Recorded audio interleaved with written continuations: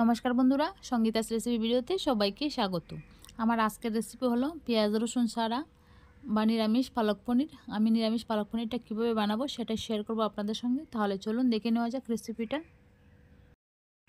পালং পনির বানানোর জন্য দেখুন এখানে আমি 250 গ্রাম পালং শাক নিয়েছি। পালং শাকটাকে খুব ভালো করে আমি জল দিয়ে ধুয়ে পরিষ্কার করে নিয়েছি। এখন আমি পালং শাকটাকে 2 মিনিটের মতো সেদ্ধ করে নেব। দেখুন আমি চুলায় বসিয়ে দিয়েছি একটা বাটির মধ্যে পালং শাকগুলা। এখন আমি অল্প জল দিয়ে 2 মিনিটের মতো সেদ্ধ করে নেব ঢাকনা দিয়ে ডেকে। দেখুন ঢাকনা দিয়ে ডেকে দিয়ে দিয়েছি। এখন আমি 2 মিনিটের মতো সেদ্ধ করে নেব।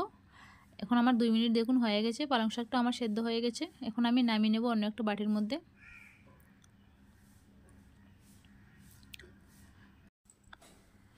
দেখুন পালং শাকটা আমি নামিয়ে নিয়েছি। পালং শাকটা আমি ঠান্ডা জলের মধ্যে নামিয়ে নিয়েছি। দেখুন এখন কড়াই বসিয়ে দিয়েছি। কড়াইয়ের মধ্যে দিয়ে দিচ্ছি অল্প একটু ঘি আর দিয়ে দিচ্ছি অল্প একটু লবণ। এখন আমি পনিরগুলোকে ভেজে নেব ঘি দিয়ে। পনিরগুলোকে আমি অল্প একটু ভেজে নেব, বেশি ভাজবো না। দেখুন এর থেকে আর বেশি ভাজতে হবে না। এখন আমি নামিয়ে নেব পনিরগুলোকে। পনিরগুলো আমার ভাজা হয়ে গেছে, এখন আমি নামিয়ে নিচ্ছি। একই তেলের মধ্যে দিয়ে দিয়েছি দেখুন গোটা গরম মশলা আর অল্প একটু আদার টুকরা। এখন আদা আর গরম মশলাটাকে খুব ভালো করে ভেজে নেব। সাথে দিয়ে দিচ্ছি 10-12টা কাজু বাদাম। কাজু বাদামটাকে একটু ভেজে নিয়েছি। তারপরে দিয়ে দিচ্ছি দেখুন একটা মিডিয়াম সাইজের টমেটো কুচি আর কয়েকটা কাঁচা লঙ্কা কুচি। এখন আমি এই মশলাগুলোকে একটু ভেজে নেব প্রথমে।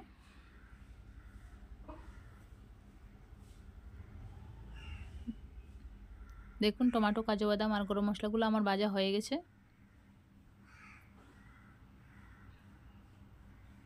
এখন আমি নামিয়ে নেব একটা অন্য বাটির মধ্যে। নামিয়ে এইগুলোকে আমি পেস্ট করে নেব।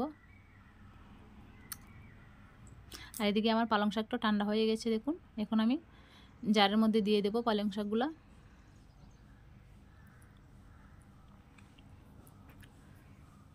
আর দিয়ে দিচ্ছি সাথে 1 মুঠো ধনেপাতা। এবার দিয়ে দেব মশলাগুলো যেগুলো আমি ভেজে রেখেছিলাম, টমেটো, কাঁচা লঙ্কা, কাজু বাদাম এগুলা। আর সাথে দিয়ে দেবো অল্প একটু লেবুর রস, যাতে করে পালং শাকের কালারটা যাতে সুন্দর থাকে তার জন্য অল্প একটু লেবুর রস দেওয়া। এখন আমি জারটা বন্ধ করে খুব ভালো করে মিহি করে পেস্ট করে নেব। দেখুন ভালো করে পেস্ট করে নিয়েছি। এদিকে কড়াই বসিয়ে দিয়েছি। কড়াইয়ের মধ্যে দিয়ে দেবো অল্প একটু সাদা তেল। তেলটা গরম হয়ে গেছে, এবার দিয়ে দেবো অল্প একটু 1 চামচের মতো ঘি।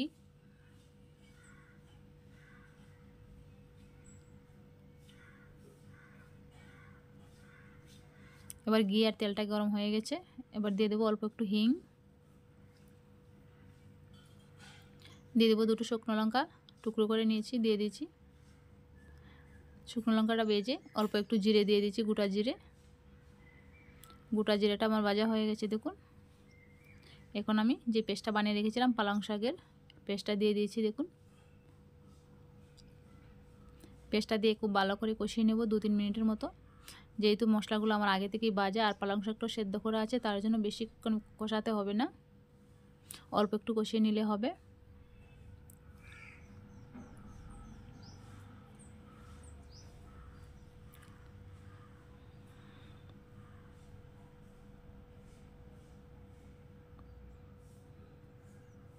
দেখুন পালং শাকটা আমি ভালো করে কষিয়ে নিয়েছি। এখন আমি দিয়ে দেবো ভেজে রাখা পনির।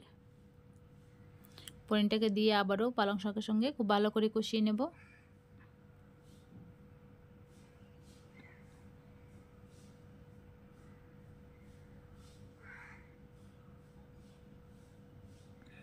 দেখুন খুব ভালো করে কষিয়ে নিয়েছি।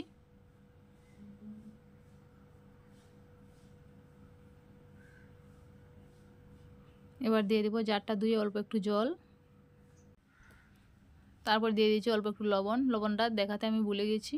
তারপরে ঢাকনা বন্ধ করে 5 থেকে 6 মিনিটের মতো জাল করে নিলে আমার পালক পনিরটা রেডি। আর সবশেষে দিয়ে দেবো অল্প একটু ফ্রেশ ক্রিম।